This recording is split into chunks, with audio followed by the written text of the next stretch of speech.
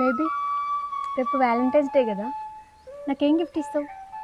సినిమాకి తీసుకెళ్తావా, లేకపోతే రెస్టారెంట్కి తీసుకెళ్తావా? ఓ, సినిమా రెస్టారెంట్ కలిపి తీసుకెళ్తావా? నువ్వు అడిగింది నేనేం చేయ. ఎందుకు? వ్యాలంటైన్స్ డే నాడు ఎక్కువగా ప్రేమించి మిగతా రోజులు తక్కువ ప్రేమించే టైప్ కాదు నేను. 365 డేస్ నా ప్రేమ ఒకేలాగా ఉంటుంది.